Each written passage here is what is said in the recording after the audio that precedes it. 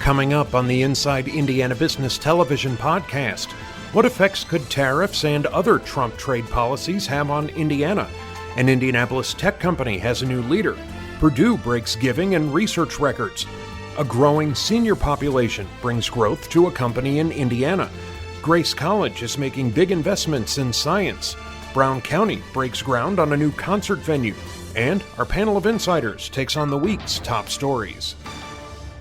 Welcome to the Inside Indiana Business Television podcast. I'm Andy Ober. Increasingly, global trade is helping drive the Hoosier economy.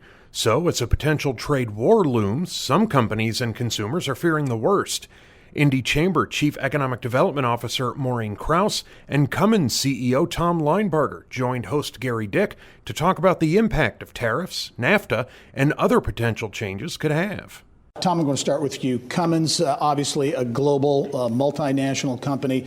Talk about the importance, China in particular, to a company like Cummins. China, first of all, is a big market for Cummins. 95% of the world's customers live outside the U.S., and we invest a lot in technology. That's really how we succeed. We invest in technology and make sure that we can offer the cleanest, most cost-effective diesel, natural gas, and now electric engines for commercial vehicles everywhere in the world. China's a really big market.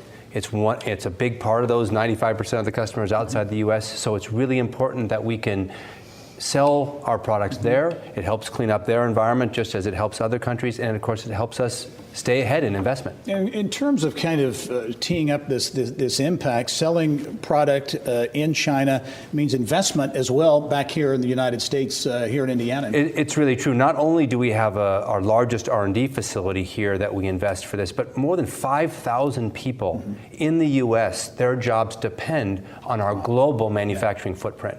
So if it weren't for our business in China, we're 5,000 jobs shorter in the U.S. Wow, big impact. And Maureen, what are you seeing from the Indy Chamber's perspective with the trade tariff situation, the possible overhaul of NAFTA, and the impact in a state like Indiana that's so manufacturing intensive? So, Gary, it's not just manufacturing, which is key, but it's also the agriculture sector, which is really being impacted. And I think the overarching theme is uncertainty that it's providing businesses of all sizes on what the future is going to hold. Businesses don't make decisions in 48-hour cycles. They make long-term decisions for investment and growth. And when there's uncertainty on whether it's on a particular tariff or if we're in a trade war, it causes them to pause and wonder what they should be doing next for investment and hiring. The steel and aluminum tariffs have been a real big story. So while there's 23,000, and I wanted to get my numbers exact here, 23,000 Indiana workers that are directly working in the steel and aluminum industry, over 300,000 of those work in industries that are related to steel and aluminum. So it impacts a great deal of workers, not just the ones who directly handle the steel or handle the soy that is exported. A lot of uncertainty, as you mentioned, because the situation, the scenarios, they're changing almost daily or hourly. Is that one of the big concerns you're seeing from the Indy Chamber's perspective here in central Indiana and statewide? Is that uncertainty? Yes, we talk to a lot of companies. We have a lot of counseling and coaching that we do with them. We do export seminars on learning about new markets. We recently had one for exporting to Ecuador.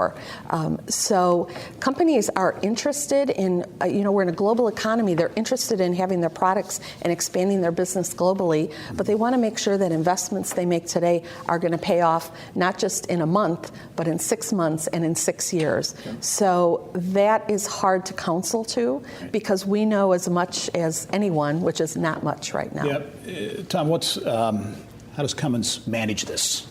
Well, the uncertainty she mentioned is important. For us, we are in a really good place as far as business today. Economies are going great. Tax reform was really positive. U.S. manufacturers today are as well positioned as we've ever been. The one headwind we're facing is exactly this uncertainty associated with these trade moves. So what we're really looking for is we want to create more opportunities for U.S. workers. And we think we were on the right path by investing in our costs, our productivity, our infrastructure. So what we want now is more opportunities to sell more. We don't want more taxes that raise the cost of our goods, either coming in or going out. What we want is more open markets. And I think that's an opportunity the administration has. I only have 20 seconds here, but as we were talking in the social media lounge, everyone acknowledges there are trade issues, the intellectual property, all kinds of things, but it's the way they're dealt with, I guess. That's really it. I mean, we are not naive at all. We know that it's not a level playing field. We know that there's challenges for trade everywhere, and those issues should be addressed. I just think we want to do it by creating more opportunities for American business, not making it more expensive to operate here. All right, story we'll be following, obviously, in the coming weeks. Cummins CEO Tom Linebarger, thank you for making the trip and being here this week. Maureen Krause with the Indy Chamber, thank you as well. We'll talk to you soon. Thank you, Gary. Yeah. Bye-bye. Still to come, Purdue sets records in giving and research and a spotlight on a growing senior care company in Indiana. But first, Studio Science, which some call one of Indiana's best-kept tech secrets, has a new CEO. Steve Pruden previously spent nearly a decade at Aperio. He came in studio to discuss his vision for the design and innovation consultant. I want to talk about Studio Science and that growth story there, but let's talk about you to start out with. You've been in a number of high-profile positions. Give us just a thumbnail, a little bit on the background of Sure. Steve Pruden. I'm a technology executive at heart, and most recently was with a company called Aperio, and was there for 8 years, and we sold that to Wipro about 18 months ago. Yep. What attracted you to this opportunity at Studio Science? Yeah, as you mentioned in your lead-in, Studio Science has been a great brand here in Indianapolis for about 20 years. And it's been a little bit of a hidden gem. And so for me, it's a unique challenge to be able to take some experience in scaling technology and scaling services businesses, and try to figure out how to do that with a business that's been around for 20 years. All right, I want to have you define Studio Science, because you describe it as a design and innovation consultancy. What does that mean? That's right. Yeah. So I'd like to say it's a little bit more than just making things pretty. Right. So we like to say we help our clients innovate, we help our clients imagine, create, or improve upon experiences that they're trying to create for their customers. And to put a finer point on that, the way we do it is really through three primary practice areas. One is research and strategy. The other is brand innovation and brand design. And then lastly, it's digital product design. So actually building applications in the digital world. And you do that, again, over these 20 years with well-established large companies and newer startup types as well. That's right, yeah. So from market-leading companies like Blackboard in the education space, or ExactTarget and Salesforce, obviously the market-leading CRM, but also helping entrepreneurs create new businesses. Yeah. And we do that through not only our Studio Science Labs program, where we partner with entrepreneurs and invest. Companies that have started there have been companies like Octave and Lessonly, but also partnering with the venture studio at High Alpha to help them spool up new businesses as well and try to create more Angie's Lists and more ExactTargets. And as we were talking off camera, you really feel as though you are riding, if you will, that tech wave, the momentum that seems to be very real here in Indiana, in particular Indianapolis. That's right. We are, I like to envision it as a flywheel.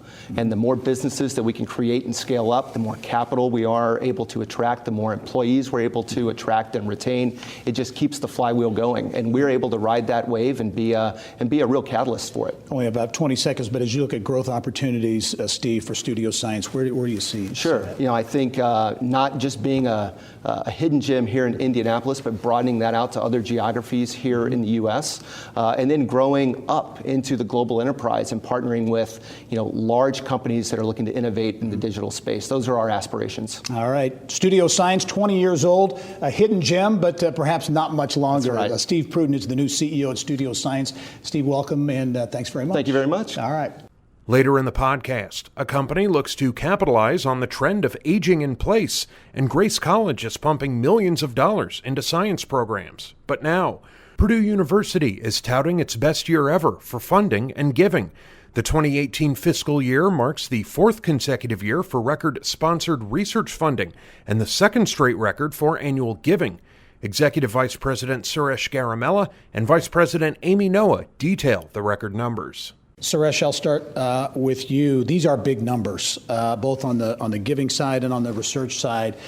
In your view, what's driving it? What's really driving these numbers? Gary, I think we've spoken before about the corporate and foundation support that we're getting. Eli Lilly and Rolls-Royce and such in the state, they've been supporting our research very strongly. We've got a strong strategic partnership on these fronts. We're also growing in the National Institutes of Health funding. You may recall that Purdue made a major investment in the Life Science Initiative, and that's paying off. So our funding now from the NIH is rivaling our funding from the National Science Foundation, where we were very strong. So you're getting a multiplier from that original big investment in the life sciences as well. Right. And I think the exciting thing is that the funding is coming from a diversity of sources, which probably we hope means that it'll continue to build. Yeah. Amy, talk about on the giving side, because was this the first time, I think, it topped $400 million as well? So those are big numbers. On the giving side, what is driving it on people digging into their pockets and giving to the university? Sure. I think that the individuals who have been supporting Purdue are pleased with the university's focus on affordability. We've been able to hold tuition for many years, these last couple of years, and that coupled with the focus on reducing the cost of the total student experience has been a big factor. People feel good about making an investment in a university that's also being fiscally responsible. We see many times these big numbers, these big dollar amounts, and it kind of is lost in where that money goes and what actually it goes to support, whether it's students, faculty. Where are these dollars going to help at Purdue? They're going exactly where the donors want them to go. So individuals who make a gift get to direct that gift as they see fit. Certainly student support has been a huge area. Our goal for this campaign was to double student support. We have passed that and hope to triple it by the close of the campaign. Faculty support has been very big. Infrastructure, we've had a lot of individuals who've been willing to support our facility needs on campus. Yeah. And Suresh, in terms of the impact, not just on Purdue, not just on the students and the faculty, but there's a real impact, especially when it comes to research and sponsored research on the state, on the economy, on the state of Indiana. Absolutely. You know, we put a lot of effort into workforce development, but at the highest end as well. And I think the kinds of employees that companies are able to get at, the kind of research they're able to get at in Indiana and across the state and across the globe is really quite a testament to our faculty. Yeah, as you look at focus areas going forward, I know you're in the middle of a major fundraising campaign, but as you look at focus areas going forward, Amy, I'll start with you.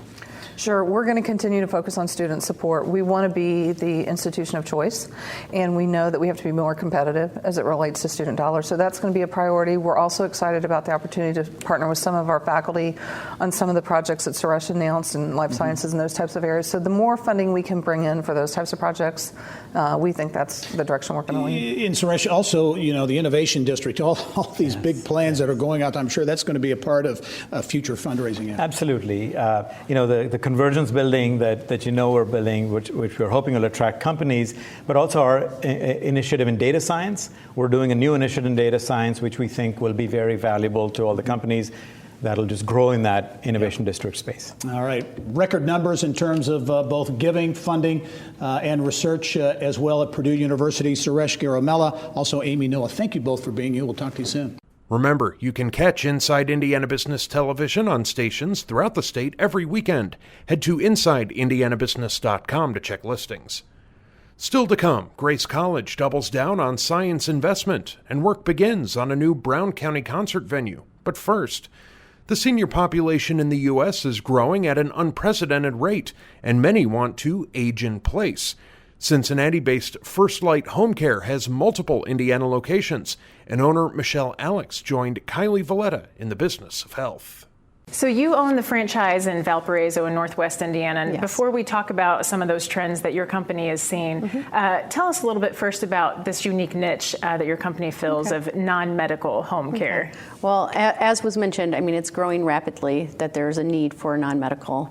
And some of the things that our company does that kind of makes us stand apart from other companies is that we have a technology platform that's just amazing because it allows other families, members that live in another state or even another town to go on and just view the schedule of our, the clients that we are taking care of and allowing our caregivers to enter notes after each call. so that family members can stay connected to their loved one and make sure that they're, staying healthy and safe. We provide companion care and personal care, and the companion care is anything from light housekeeping, making meals, and just number one, keeping somebody safe. And the personal care is more your higher level, where somebody might need assistance getting from a wheelchair to the toilet, to the bathroom, and showers and baths. So. And you mentioned your number one request is services around dementia care. Yes, absolutely.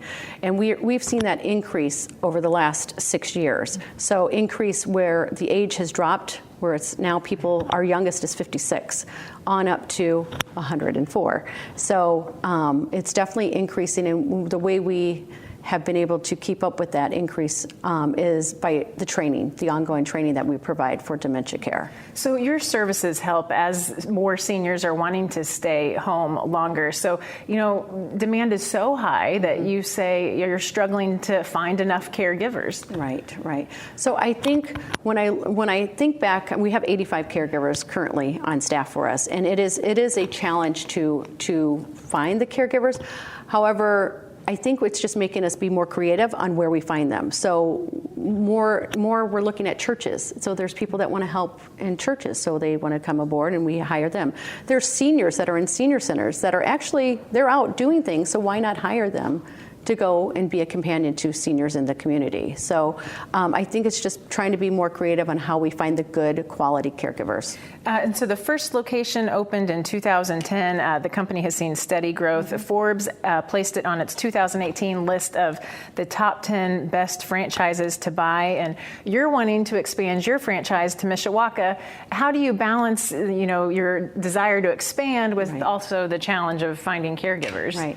I think I view it as what I've done over the last 6 years in Valparaiso and in the Munster area, and that is just taking it kind of day by day and looking for the good quality, not overdo it by hiring the wrong people, and finding just good quality people that are going to do the right things when they're out there taking care of people. And our culture of care with First Light Home Care, it stems from the corporate office, is we treat our caregivers the same way we're going to treat our clients. So treating them well to retain them, and therefore making them happy, they'll be happy to take care of other people. And First Light has locations in the greater central Indiana area, your location in northwest Indiana. For families in other pockets of the state, mm-hmm. What advice would you give them as they're looking for non-medical home care? I really think it's important that they reach out to their local resources. So if there's a nursing home or assisted living or case managers at the hospital, these people can act as advocates to help them find the information they need. But they really want to make sure they're asking good questions. So asking the question of, what kind of background checks do you do? Do you statewide, or do you do, nationwide? Do you drug test? And what kind of ongoing training do they provide, for their caregivers to make sure that they're, again, doing the right things when they're out there? Well, it's a very important topic, very timely right now. Michelle Alex with First Light, thank you for being here. Thank you for having me. Later in the podcast, Brown County breaks ground on a new concert venue, and our panel of insiders takes on the top stories of the week. But now, Grace College in Winona Lake is making several investments in science. Among them, the $8 million Dr. Dane A. Miller Science Complex, set to open next month. Grace College President Bill Katip and Lilly Center for Lakes and Streams Director Nate Bosch joined us with more in our Eye on Education segment.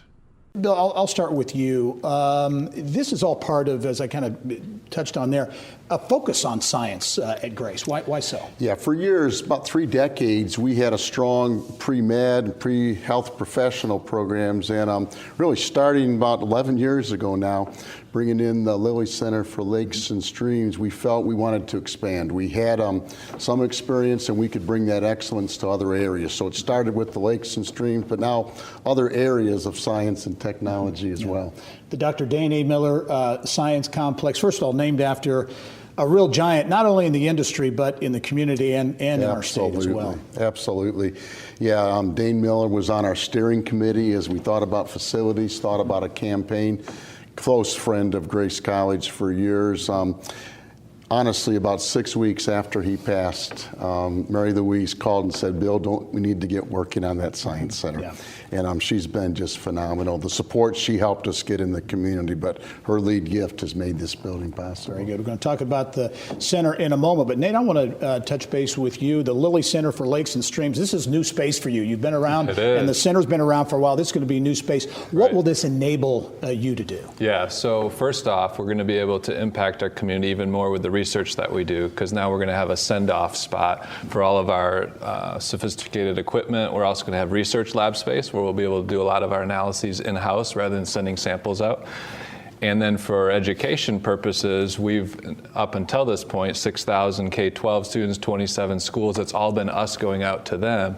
We now will have a learning destination where we can bring people onto campus and have even greater impacts. Experiential learning, very impactful, obviously. Right. Talk about some of the projects, because I think the number is over 100 lakes and streams in Kosciuszko County. What are some of the kinds of specific projects and research initiatives that you undertake? Yeah, so we'll look at things like blue-green algae, which is a type of algae which can produce toxins, which can be harmful to people and their pets. So we're trying to tackle that issue. We looked at things like E. coli, which have been all around Indiana on public swimming beaches for years and years, and figuring out sources and how we can impact and fix those things. We'll look at boating. We'll look at agricultural producers in the area, streams coming into our lakes. Pretty much any aspect of the lake that is good or could be better, we'll look at those things and set some future action points from that. Very impactful research. Bill, talk about the center now, because part of a broader issue. What types of things will go on there? First of all, a lot of eye-catching features at the center, right? Yeah, and I'll ask Nate in a minute to talk about one, but we've been able, that building was built originally 1978, so it's completely gutted and put back together, plus about 13,000 square feet of additional space, really primarily for the Center for Lakes and Streams, the Lilly Center, plus some general labs. So we have all our science classes, math classes. There's one feature Nate has to tell you about. It's a special, distinctive thing for freshwater. Tell them about that. I was just meeting with one of our supporters yesterday in Fort Wayne who's funding this aspect. So we're going to have a virtual aquarium, which is going to be really cool.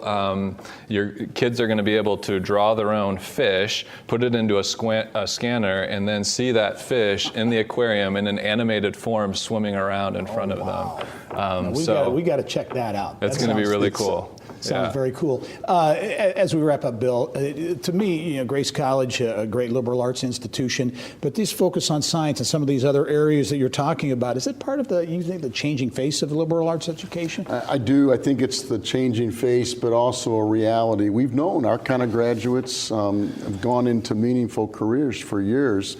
I think just in a little more open, intentional way, pairing that liberal arts, what we call our Grace Core, integrated with vocational direction. We think it's what families want, it's what employers want, but it's that combination. All right, exciting things going on at Grace College. Dr. Bill Kadip, the president at Grace College, also Dr. Nate Bosch, the director of the Lilly Center for Lakes and Streams. We'll get up and check out that virtual aquarium. Absolutely. That sounds very cool. Thank you both for being here. Thank you so much. All right. Thank you. Still to come, perspective on the week's biggest stories from our Insiders panel. But first, work has begun on the $12.5 million Maple Leaf Performing Arts Center in Brown County. The downtown Nashville venue will seat 2,000. Reporter Mary Rachel Redman has more. In 1975, the Little Nashville Opry opened in Brown County and quickly became a tourist destination, attracting the likes of Johnny Cash and then newcomers Reba McEntire, Toby Keith, and Blake Shelton, just to name a few. But since a fire destroyed the once iconic venue almost a decade ago, it's left a void community officials say they hope can be filled by their latest project, the Maple Leaf Performing Arts Center. Since the Opry burned, this town has just been starving for a replacement.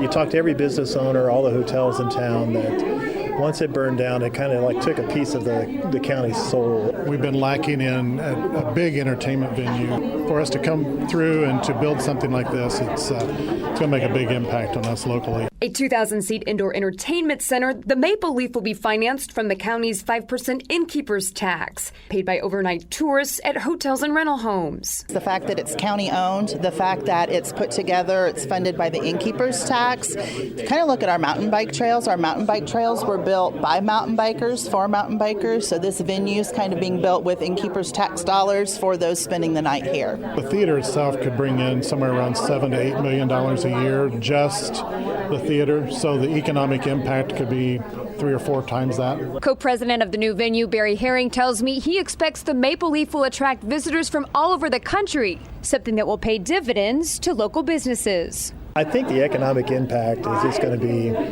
hard to even measure. There was a study that we did that said that the Opry had a $20 million positive economic impact to the county in terms of meals, in terms of hotel stays, in terms of retail sales. I think it could draw hundreds of thousands of new people to town, but we're projecting at least 60 to 100,000 people will attend the Maple Leaf every year. I really think that once it gets built and people see what a beautiful facility is, it's going to put Brown County on the map on a national level. I was thinking the other night that my grandkids are going to enjoy this facility, and maybe they'll look back one day and say, hey, my grandpa had something to do with that. As of right now, the Maple Leaf is set to open early next summer. Reporting in Brown County, Mary Rachel Redman, Inside Indiana Business. And finally, our latest group of insiders offers perspective on the week's top stories. This week's panel includes IndyPolitics.org publisher Abdul Hakim Shabazz, Mike Harmless with Harmless Consulting, and WGU Advancement President Allison Barber. Interesting, a number of stories, I think, impacting either rural Indiana or smaller communities around the state. A story we had this week in the Inside Edge and on our statewide radio platform, OCRA, the Office of Community and Rural Affairs, getting federal funds, $54 million. They're getting a $30 million share of $54 million in federal funds going to communities for infrastructure, for economic development, for downtown development. Much needed in the state. Much needed. I've traveled the state, we all have, and you see that where there's investment that is strategic, the city flourishes. So whether, and we were talking about it, the infrastructure has to be not just buildings and roads, it has to be digital infrastructure. And we see this at WGU. Our students are farmers who, if they don't have the digital infrastructure, they can't leave their rural community and get to a school. And so I think it's exciting to see that we spread a little bit of our focus outside of the main hubs of the Fort Wayne and Evansville and Indy. And we said, our strength in our state is the rural community.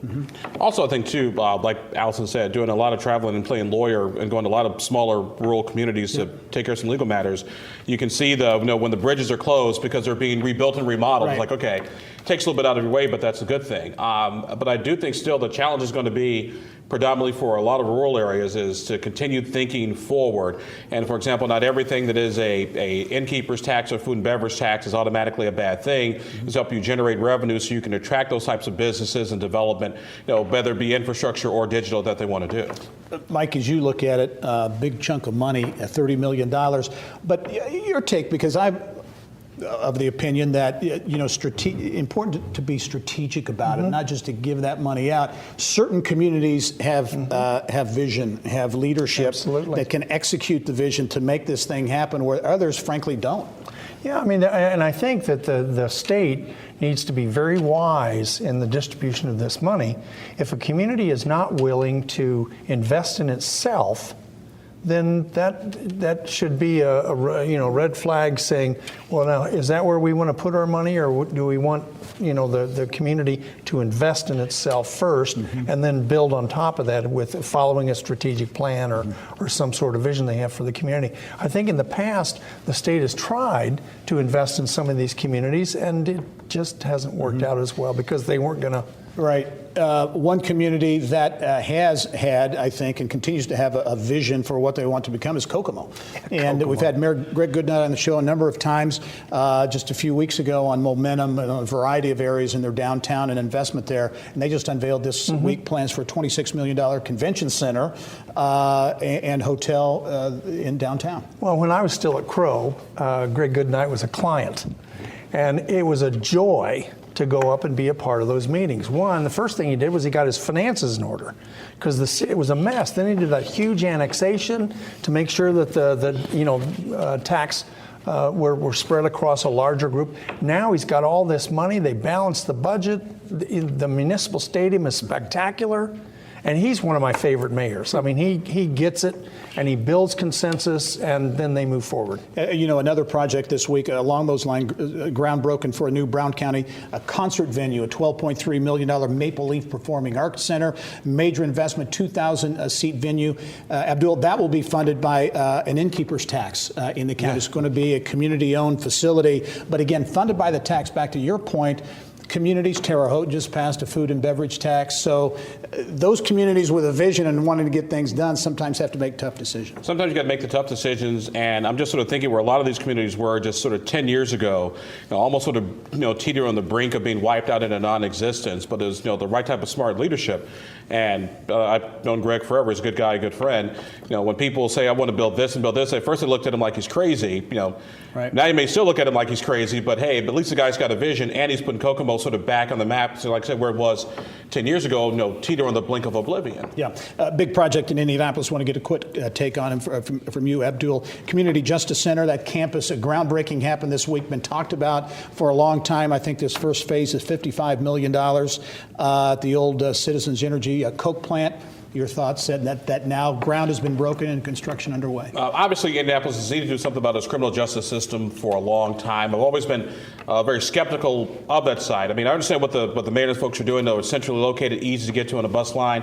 I still think you could have done the same thing at a Lafayette Square or out near the airport or the old GM stamping plant. But if Indianapolis really wants to take care of its long-term crime issues, we're going to have to really address mental health. And the other thing, too, that Indianapolis is really going to have to do is deal with the system of bail. And how do we incarcerate people, and how long do we keep them? Because that's where a lot of your overcrowding issue comes from. If you can manage your bail system, usually you can manage just about everything else. And obviously those are long-term. Yeah, those are long-term. And unfortunately, none of this has anything to do with sort of the rising perception of the crime problem in town. Right. Also this week, news from a perception standpoint on Indiana in terms of best states for doing business. CNBC out with what it gets a lot of publicity each and every year. Its ranking of the top states for business. Indiana dropped. I mean, it was fairly insignificant. They were 14th last year. Indiana as a state, 16th this year. Yeah, I think what's important to check on with this report is that it's not really scientific. And so when we look at what it's saying about Indiana, there are some really good stories there. Business friendly, our cost of living, the things that we're doing that are really being done well. I was just speaking at a lieutenant governor's conference. Lieutenant governors from all over the country, what's their number one issue? Workforce. It's everywhere. Yeah. But like Mike, so we've been working on this issue. So we've got businesses, we've got chambers, we have Ivy Tech and schools and colleges, and all of our community is coming together, and we're not new to this. The governor just brought 300 new business commitments to our state this year, 30,000 new jobs. What I know about Indiana, every time we have vision and a strategy, Hoosiers rise to the occasion. I think we're on a right path. Yeah, and also something that stood out to me in that report, Indiana was ranked 48th in quality of life. And I don't know if that I don't know what that would get to, but maybe it's some of the rural areas and smaller areas. Well, I mean, I think that's pretty subjective. I mean, if all they did was, look for places where the quality of life maybe isn't where it should be. I mean, it's a work in progress. Every community has got Greencastle it didn't just start yesterday. It started 25 years ago with a plan. And I visited the Bridges, which is a new restaurant downtown, and is part of really is a transformation downtown. Oh, Greencastle, cool. But all communities are doing that. Greencastle is going to become a foodie destination. But that survey measured how states market themselves. That's the survey was looking, how do we market ourselves? So maybe we need to change our narrative. Yeah. Bingo. Good. One area that has been challenged, frankly, in recent years with the decline in manufacturing and some of those challenges is Muncie and East Central Indiana. We saw another story from Muncie this week. New Jersey-based Newell Brands closing its doors. They provide containers, including ball jars, for companies there. A lot of jobs lost there, but part of a kind of a bigger picture. On the flip side, we saw the formation of Next Muncie, which is the business community, the academic community, is coming together to say, hey, let's do something about this. Gary, let's not be surprised. Yep. So we are in a state of transformation. Jobs are changing, innovation is happening. We see it in every story we've talked about today. So it shouldn't come as a surprise to us that some businesses are going to step backwards while others emerge, and people need to equip themselves for the new jobs.